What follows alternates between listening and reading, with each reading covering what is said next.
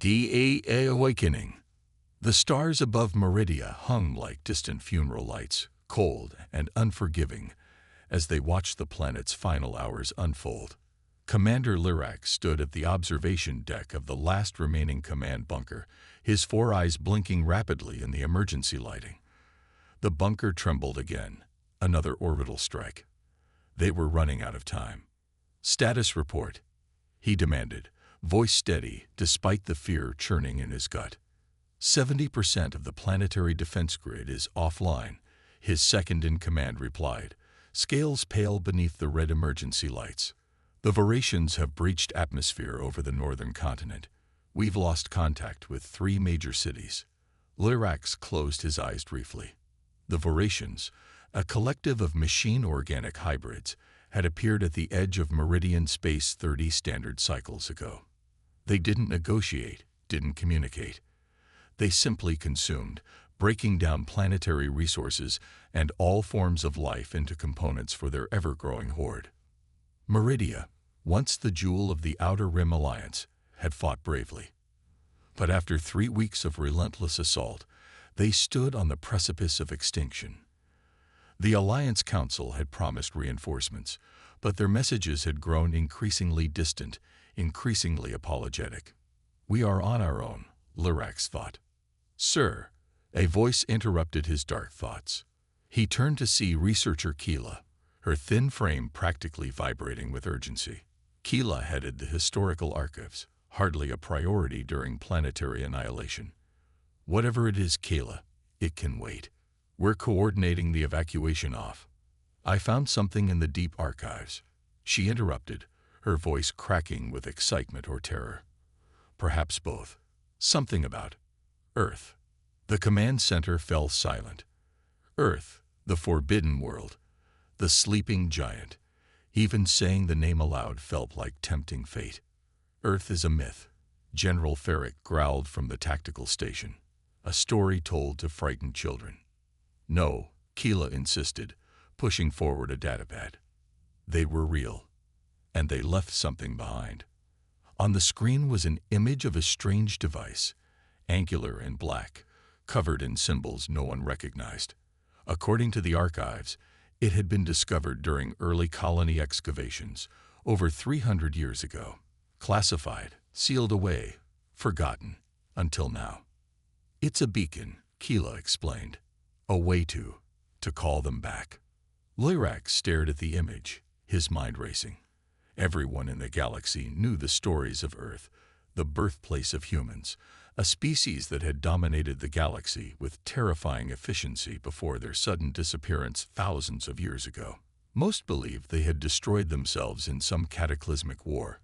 Others thought they had transcended to another dimension. "This is madness," Ferrick hissed. "Even if humans once existed, they're gone. And invoking myths won't save us from very real enemies." Another explosion rocked the bunker, closer this time.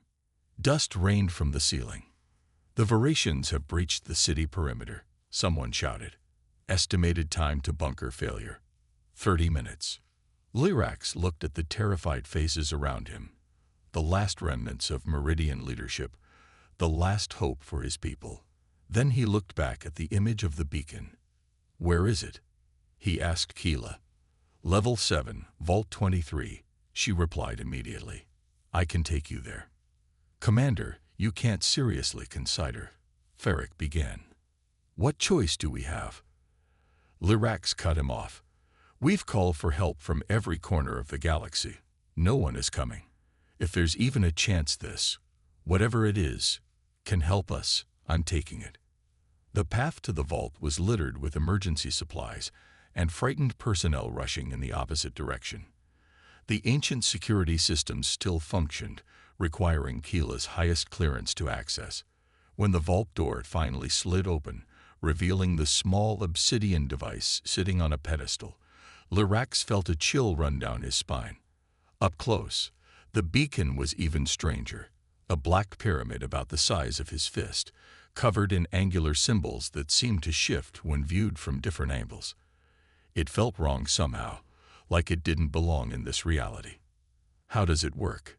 he asked. Keela hesitated. The records are fragmented, but they suggest it's activated by desperation, by need. It responds to the electromagnetic patterns of distress in sentient brains. So we, what? Think desperate thoughts at it. Before she could answer, another explosion shook the facility, far more violent than before. The lights flickered, and emergency klaxons began to wail. Voration forces have penetrated the outer bunker, came the panicked announcement over the comms. All personnel to evacuation protocols. Lyrax looked at Keela, then back at the beacon. Making his decision, he picked up the device. It was surprisingly warm to the touch, almost like it was alive. "If you're real," he whispered to it, "if you're out there somewhere, help us. Please." For a moment, nothing happened. Then the symbols on the beacon flared with a blue light so intense it hurt to look at. The pyramid began to hum, a low sound that reverberated through Lyrax's bones, through the very foundation of the bunker. "What did you do?" Keela gasped. "I don't know," Lyrax admitted, "but I think we're about to find out." Above Meridia, the Voratian fleet continued its methodical destruction of the planet. 300 ships, each the size of a small moon, firing in perfect synchronization. Their consciousness was collective, their purpose singular. Consume, convert, advance. They were not prepared for what happened next. Space itself seemed to tear open at the edge of the system, not a conventional jump point or wormhole, but something far more unsettling. The fabric of reality peeled back like flesh from a wound, revealing a darkness deeper than the void. And from that darkness emerged something. It wasn't a ship, not exactly. It had no visible propulsion, no recognizable design elements. It was simply there, a massive black silhouette against the stars, geometrically impossible and undeniably wrong. For 7 heartbeats, nothing moved. Then, without warning or visible weapons discharge, the nearest Voratian ship simply came apart. Not an explosion. The massive vessel separated into its component parts with surgical precision, every bolt and panel disengaging simultaneously. Then another and another, until the entire forward line of the Voratian fleet was reduced to a slowly expanding cloud of perfectly intact components. In the command bunker, the sensors went wild, then dead, then wild again. "What's happening?" Lyrax demanded. "I don't know," the sensor operator replied, voice trembling. "There's something in orbit. Our systems can't make sense of it. But the Voratians, they're retreating." On the main view screen, they watched in stunned silence as the remaining Voratian ships abandoned their attack formations and began jumping away from the system. Not an organized retreat. They were fleeing like prey animals before a predator. Then a message arrived, broadcasting on all frequencies, in perfect meridian. Distrius Signal, AC Ginodolulo Fret AC Cement Complete. Containment Pirotociolas Ingaged. The voice was flat, emotionless, neither male nor female. It didn't identify itself. "It worked," Keela whispered, tears streaming down her face. "The beacon worked." "Who are you?" Lyrax asked, knowing the question would be transmitted to the unknown entity. There was a long pause before the reply came. "We are the caretakers, the woe-teachers, the Siot-NTNGNC. Are you human?" Lyrax asked, barely able to force the word out. Another pause, longer this time. "We were, once." Across the galaxy, on the fortified world of Nexus Prime, the Galactic Council convened an emergency session. The council chamber was a perfect sphere, with holographic displays showing real-time data from every corner of known space. Currently, all displays showed the same thing: the inexplicable events at Meridia. "This is impossible," High Counselor Vex insisted, her crystalline form shimmering with agitation. "The Voratians don't retreat. They never retreat. Yet we all see the evidence. Counselor Thrak countered, gesturing at the displays. Something drove them away from Meridia. Something they feared. The readings were getting concerning, the science director admitted. The object in meridian orbit defies all known laws of physics. It's not made of any material in our database. And the energy readings, well, they're off the charts. More concerning is what the Meridians are claiming. Security Chief Morak growled. That they activated some kind of ancient human beacon. A ripple of unease passed through the chamber. Humans are extinct, Vex stated firmly. They destroyed themselves millennia ago. Then what responded to the beacon? Thrak asked softly. And why does it bear striking similarities to the artifacts described in the Prohibited Archives? The Prohibited Archives, the collection of records so dangerous, so potentially destabilizing, that their very existence was known only to the highest echelons of galactic governance. This is a time for calm and rationality, Vex insisted. We will dispatch a diplomatic envoy. She was interrupted by a junior aide rushing into the chamber, a severe breach of protocol that drew gasps from the assembled counselors. Forgive me, the aide panted, but we've just received reports from 10 other systems in the Outer Rim. They're all seeing the same thing, massive structures appearing in orbit. And the Voracians, they're in full retreat across all sectors. The council chamber erupted into chaos. In the confusion, no one noticed the ancient counselor from the archival sect slip quietly from the room. Zorth had served on the council for over 3 centuries, and he alone remembered the true contents of the most classified files. The real reason humans had disappeared from the galaxy. They hadn't destroyed themselves. They had withdrawn, voluntarily, and they had left behind a warning. We go now to sleep. Do not wake us unless the need is dire. For what will answer your call will no longer be human as you understand the term. The Risikeoning. The great chamber of the Galactic Council had never known such silence. 500 representatives from across the inhabited systems sat motionless, transfixed by the holographic displays showing real-time footage from a dozen worlds. The black vessels, if vessels was even the right word, had appeared in orbit around 17 systems in the past 30 hours. They took no aggressive action beyond their initial confrontation with the Voracians. They simply watched. We've attempted communication on all known frequencies, reported Admiral Kresh, his normally commanding voice reduced to something close to a whisper. They respond only to direct questions, and only with minimal information. What do they want? High Counselor Vex demanded. They say they are fulfilling protocols. Nothing more. Counselor Zorth, who had remained silent throughout the emergency session, finally spoke.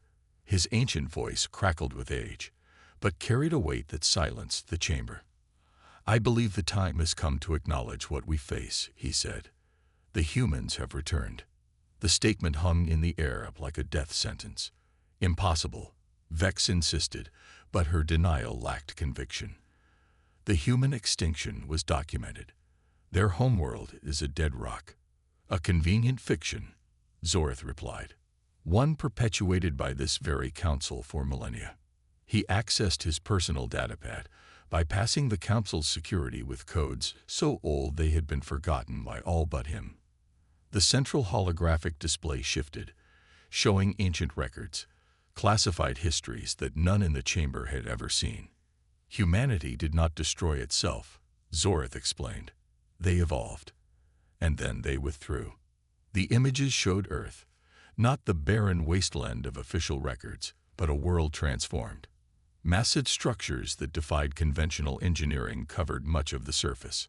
Artificial rings orbited the planet, and surrounding it all, a defense system so advanced it could not be properly visualized. 5,000 years ago, humanity reached what they called the transcendence point. Their technology, their very biology, underwent a fundamental shift. They became something else, something they feared the rest of the galaxy was not ready to encounter. So they quarantined themselves, Admiral Kresh asked incredulously. They did, but not before leaving behind Safeguards. Beacons placed in strategic systems, designed to activate only in times of existential threat to sentient life. Like the Vorations, someone whispered. Precisely.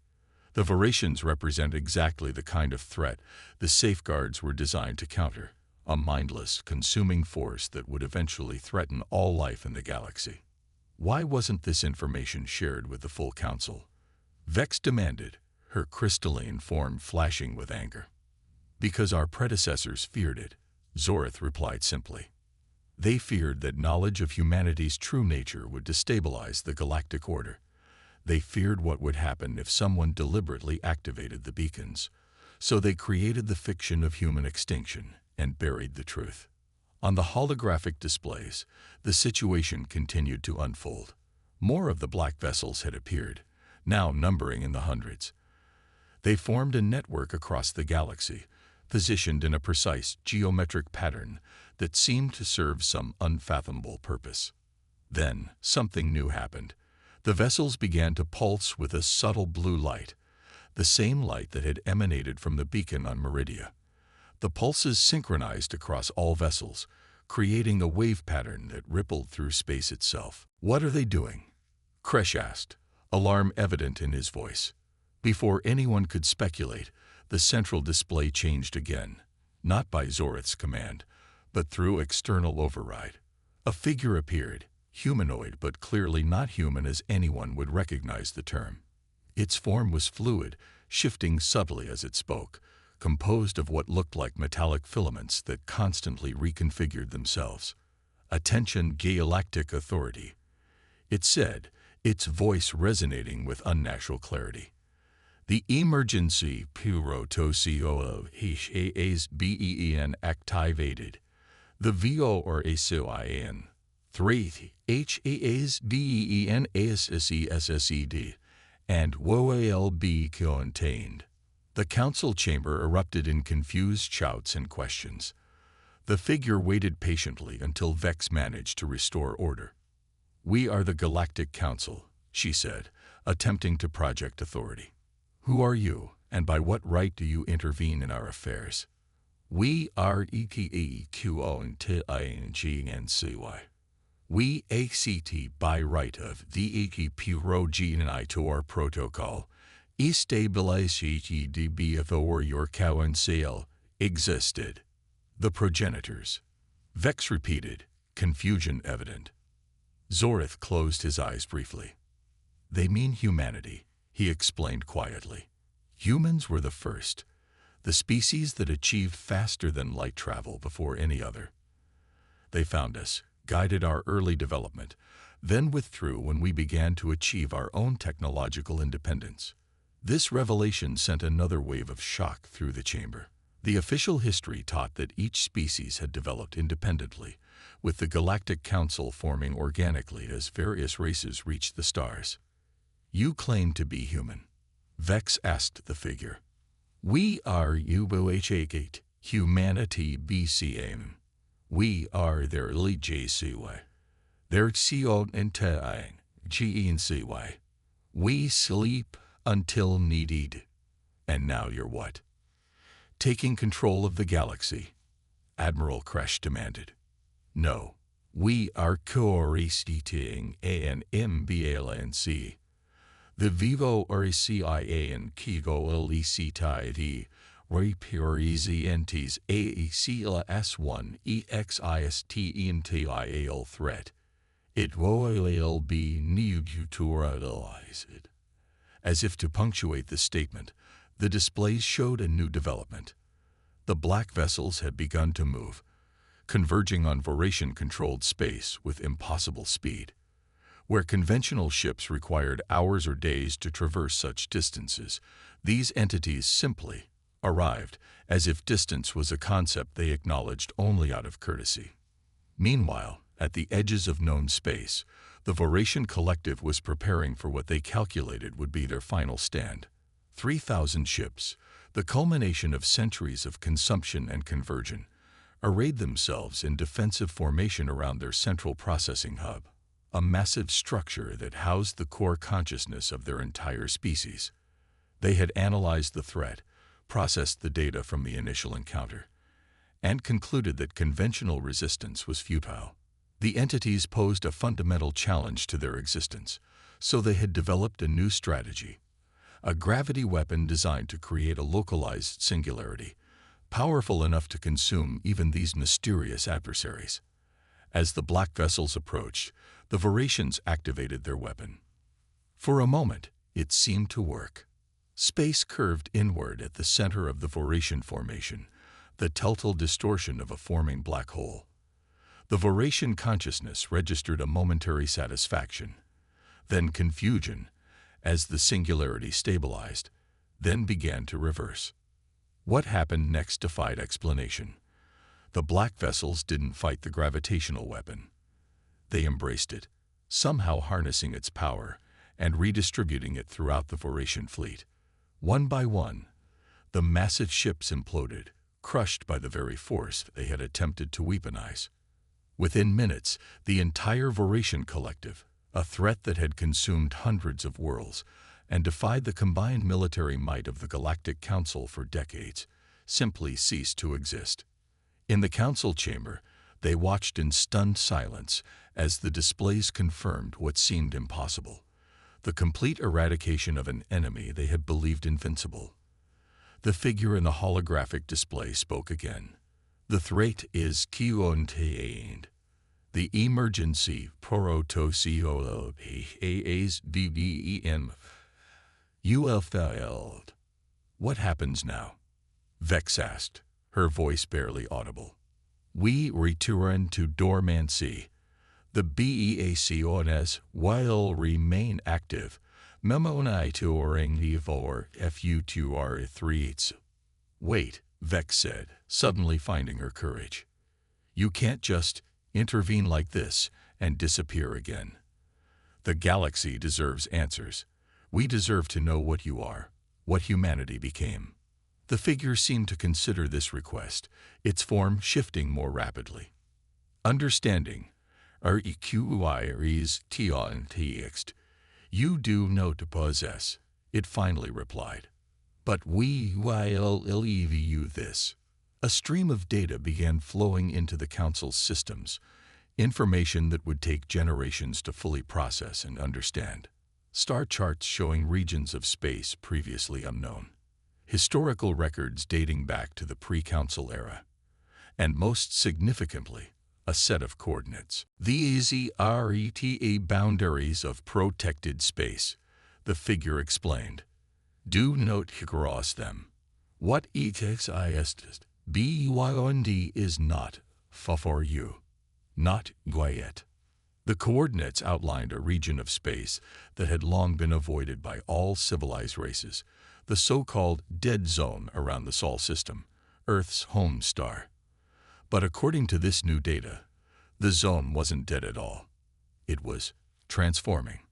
One more question. Zorth spoke up, his ancient voice quavering.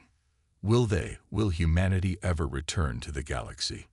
The figure paused, and for the first time, its voice carried something almost like emotion. We are not humanity. We are Yovayoakk. They QREAKD. To UDATCHOVERU while they prepare. When they are ready. When you are ready, they will return. With that, the holographic projection ended. On the displays, the black vessels began to withdraw, folding into themselves and disappearing back into the strange rifts from which they had emerged. Within days, the galaxy had begun to adapt to the new reality. The Voratian threat was gone. The mysterious entities had withdrawn, but everything had changed. Research teams pored over the data provided by the contingency, discovering truths about their galactic history that contradicted centuries of established knowledge. The coordinates of protected space were mapped and marked with warning beacons. And at the very edge of that forbidden zone, observation posts were established, watching for any sign of activity from the mysterious entities or from whatever they served. Sometimes, on the quietest nights, the observers would report strange phenomena, lights that moved against the patterns of stars, distortions in space that appeared and vanished without explanation. Whispers of something vast awakening from a long slumber. The humans hadn't gone extinct. They hadn't destroyed themselves. They had simply evolved beyond recognition, becoming something so advanced that their very presence would have disrupted the natural development of younger species. So they had withdrawn, leaving behind guardians to intervene only when necessary. And now, those guardians had been called. What would happen when the masters themselves returned? What would humanity, true humanity, not its created sentinels, look like after 5,000 years of transformation? The galaxy waited, watching the stars with new eyes, newly aware that they were not alone, that they had never been alone, and that somewhere, beyond the boundaries of known space, something ancient and unfathomably powerful was stirring. They had called for help, and help had come. But what would come next might change everything.